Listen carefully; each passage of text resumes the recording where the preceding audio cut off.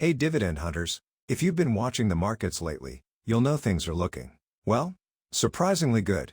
The S&P 500 is at record highs. Singapore's STI is nearing its own multi-year peak. Volatility is low, confidence is high, and investors seem to be taking it easy again. Just last weekend, I talked about a high-yield ETF offering a whopping 15% yield with monthly payouts, and many of you were excited about it. And to be fair, there are good reasons for optimism right now.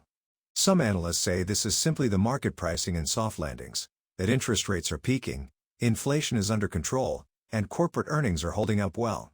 Goldman Sachs, for example, recently noted that markets have responded more calmly to new tariff announcements, suggesting that risks are already priced in, or won't be fully followed through. But on the flip side, some major institutions are starting to sound the alarm. Leaders at Amundi, PGIM, and even JPMorgan CEO Jamie Dimon are warning that a dangerous level of complacency is setting in, that markets are simply assuming that nothing bad will actually happen, even when the warning signs are right in front of us. So in today's video, I want to take a closer look at this tension. Why are markets rallying so strongly, and is this optimism well placed? Or is the calm before the storm? More importantly, I'll share how I'm preparing my portfolio, not out of fear, but out of discipline. Before we dive in, let me remind you that this video is for informational purposes only and not financial advice. Always do your own research and consult a licensed financial advisor before making any investment decisions. I own some of the rights and shares discussed, but what works for me might not work for you. Let's dive in. What's driving the rally, and why it might be misleading? So why are markets, both in the US and Singapore, rallying so strongly? One major reason is that investors have grown used to policies sounding worse than they turn out to be. Take the recent tariff threats as an example.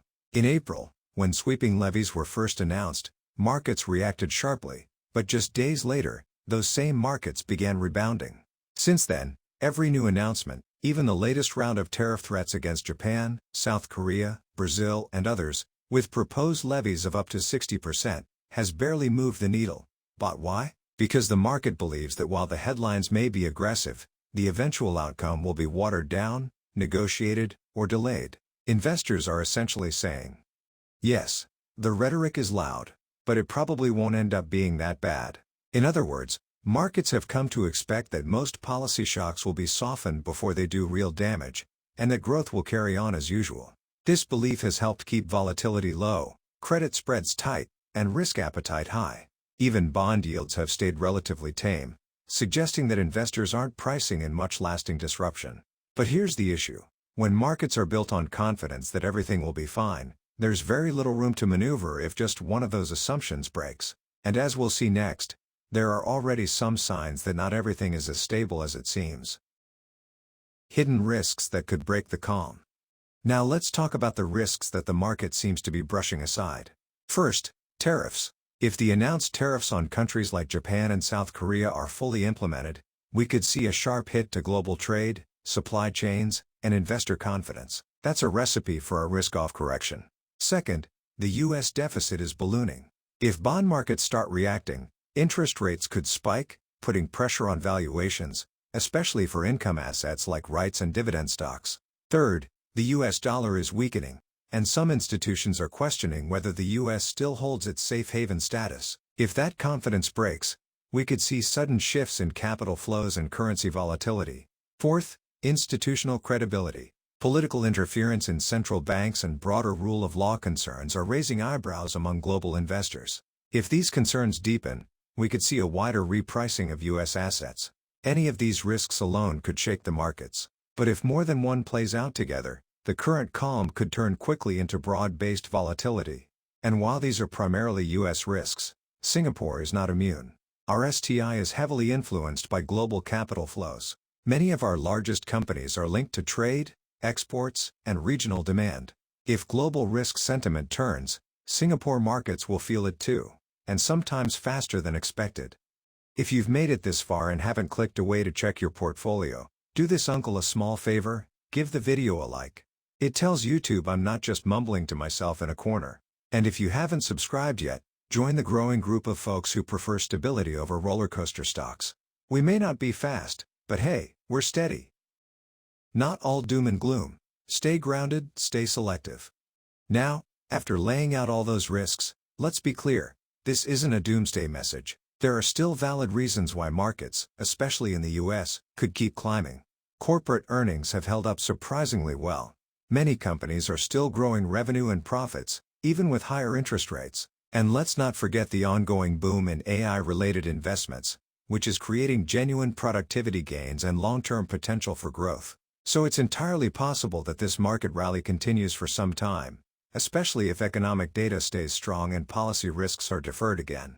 But that's exactly why this is a time for disciplined optimism, not blind optimism. Because underneath the surface, the risks are real, and if they catch investors off guard, the pullback could be sharp.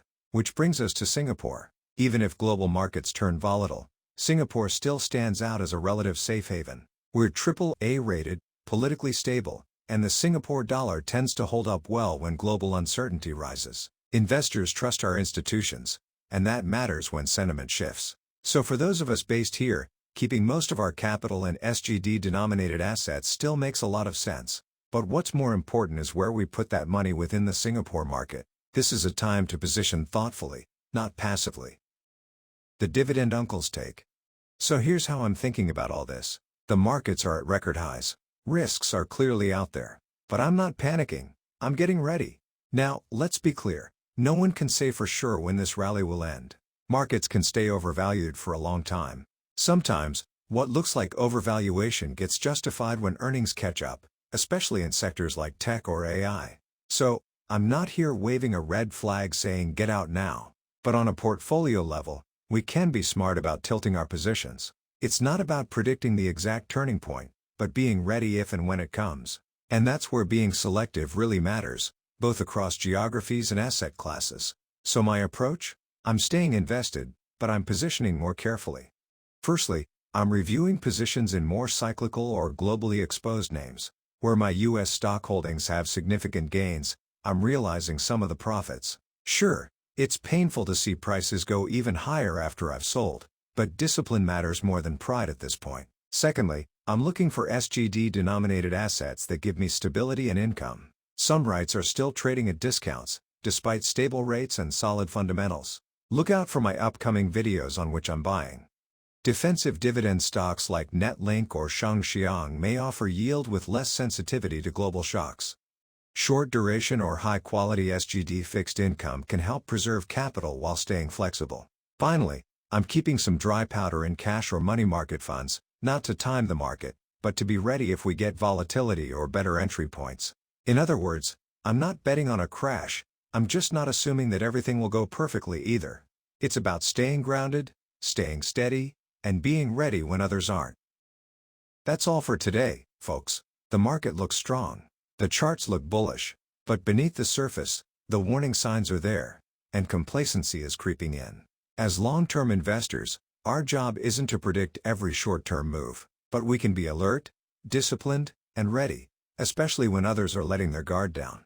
Let me know in the comments, and if you found this video helpful, give it a like and subscribe for more steady, grounded investing insights. Until next time, stay safe, stay steady, and happy investing.